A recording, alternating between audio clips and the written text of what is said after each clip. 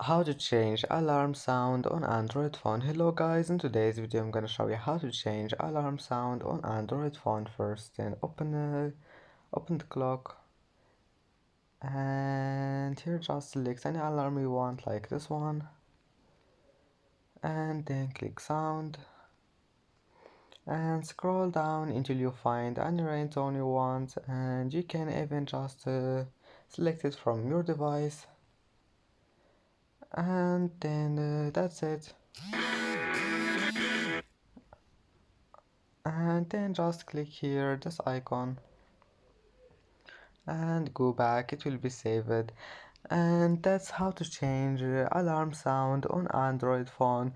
And that's it for today's video. If you like this video, don't forget like and don't forget subscribe, and thank you for watching this video until the end. See you in the next video.